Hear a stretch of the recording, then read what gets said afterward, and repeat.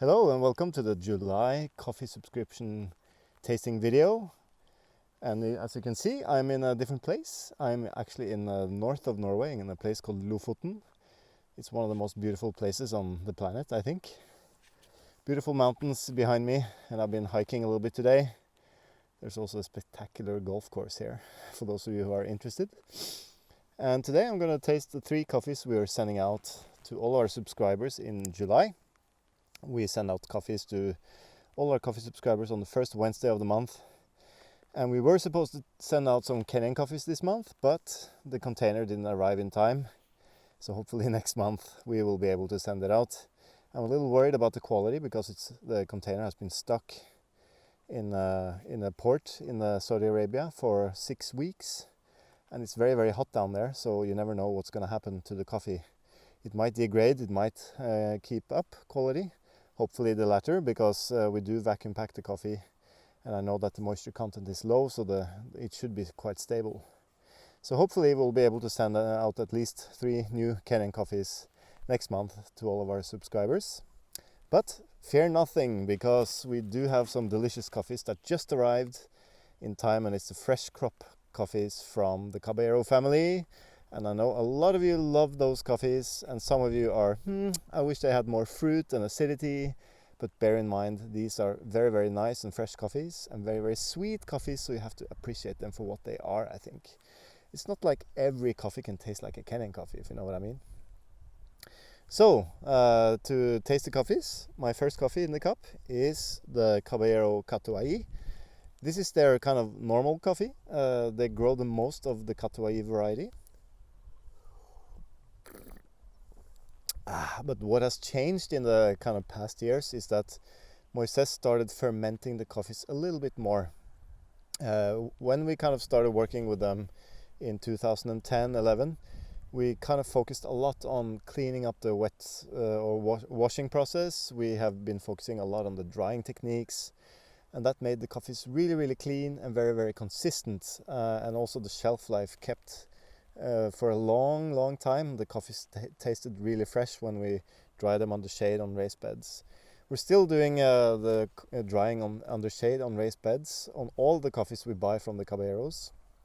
And they do have mechanical dryers, patios, but we only buy the kind of cream of the crop from the raised bed coffees.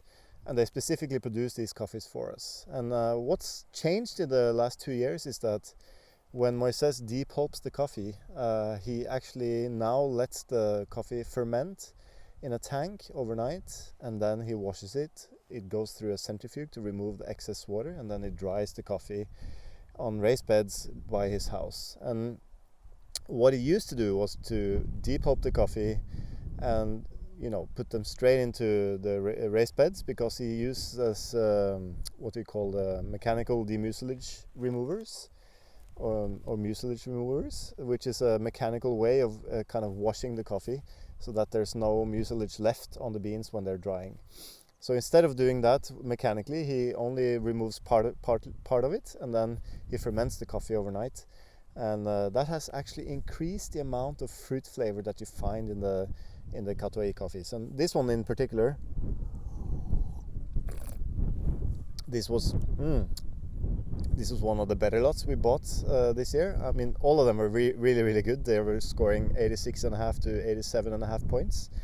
But this one had a remarkable kind of fruity, apple-like acidity. Very kind of dried fruit flavor. It's still very chocolatey and sweet and creamy.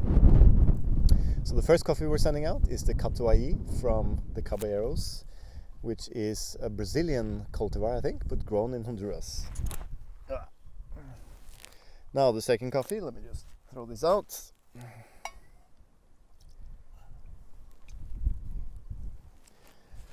And I brewed this on a V60 out in the open, but we can make another video on that maybe.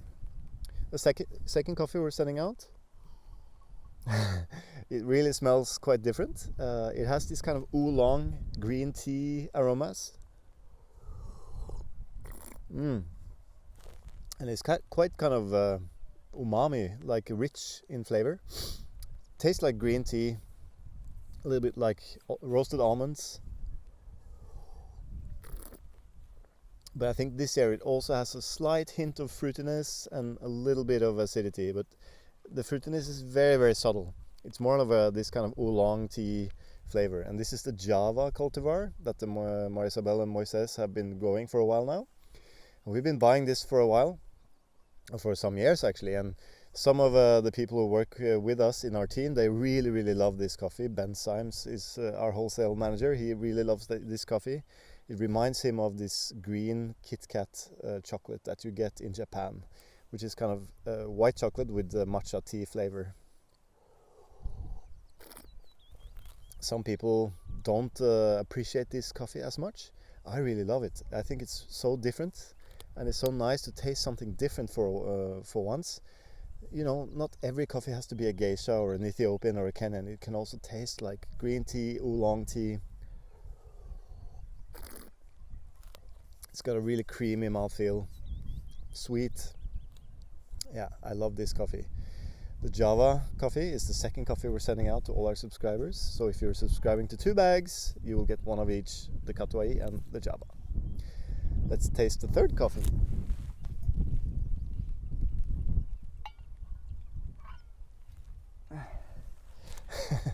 Speaking of Kenya, this is a Kenyan cultivar grown in Honduras. It's the SL28 cultivar grown by Marisabel and Moises in Marcala, Honduras, or Chinacla is actually the area. It's by no means as fruity as a Kenyan coffee, so don't expect it to be like a very high acidity, very high fruity coffee. It's got fruit for sure. It tastes a little bit subtle, kind of like red currants. This kind of mix between red currants and blackberries, and when you go to a garden, you just pick some berries and you make cordial of it or something. It's got a nice subtle acidity, not too prominent, but I think this year it's a little bit more floral than it was last year. It's not very long ago since we sent out these coffees, but that was last year's crop. This is the 2021 crop. This is all harvested in February. Well, the previous coffee that I tasted, the Java, has more of a green tea, oolong tea thing. This has kind of tannins like a black tea. You know when you buy black tea that's kind of scented with some berries or fruit? This is kind of what I feel like this coffee is tasting like. Now we planted a SL28 with Marisabel and Moises. We managed to get some seeds for them a couple of years ago, and they've been harvesting this variety for maybe 3 or 4 years, and we've been buying most of it. It's very, very small quantities. It's maybe it's 300 kilos or something like that I bought this year, maybe a little bit more, but it's very, very small quantities, and we're buying most of it. So we also planted similar seeds in the north of Honduras at Nacimiento in Santa Barbara region, but it's tasting much more kind of intense and Kenya-like there, whereas here it's much more subtle, a little bit more chocolatey and more kind of delicate, I would say. It's I find it very interesting that the same variety from the same seeds can taste so different from 2 different areas. We also have similar coffees planted with Elias in Colombia, and I think this SL28 that Marisabel and Moises has, it tastes a little bit more similar to the one you get from Finca Tamana that we just sent out. I think it was last month, so expect it to taste a little bit like that. So if you're subscribing to 3 bags or more, you will get a bag of the SL28 as well. I really hope you like these coffees. Please try to kind of, if you have something left from previous Caballero coffees in your cupboard or something, you might want to taste it side by side, and just to taste how really, really fresh coffees taste like. This coffee just arrived 2 weeks ago, and we started testing it. Of course, we always do that. Marit was testing it while I'm away, so she was testing it on the sample roaster first, just to check the moisture content of the coffee, that it's okay, and then to see if there's any kind of, if the coffee has degraded during shipping, which is normally not the case with the coffees from Marisabel and Moises. And then we're doing some tests on our loring before we ship it out and start to start to roast and ship it out to our subscribers. So you guys are the first ones to get these coffees this year. And it's straight from Honduras. There was no delays from Honduras, so Moises is actually doing all the dry milling himself now. He has a dry mill on his farm, so he's doing color sorting, grading, screen sorting, all these kind of things in order to make the coffee taste as good as possible for us.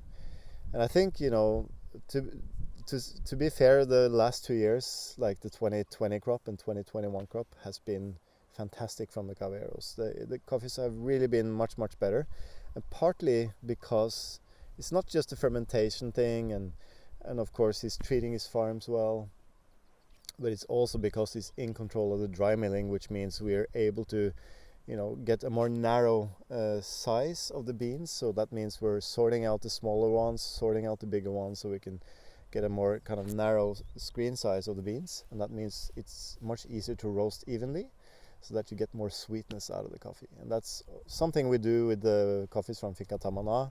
Of course, in Kenya we do, because we buy the double A's and we buy the pea berries there, and also now in Honduras we're able to do it. So it means that the coffee gets more evenly roasted and also sweeter.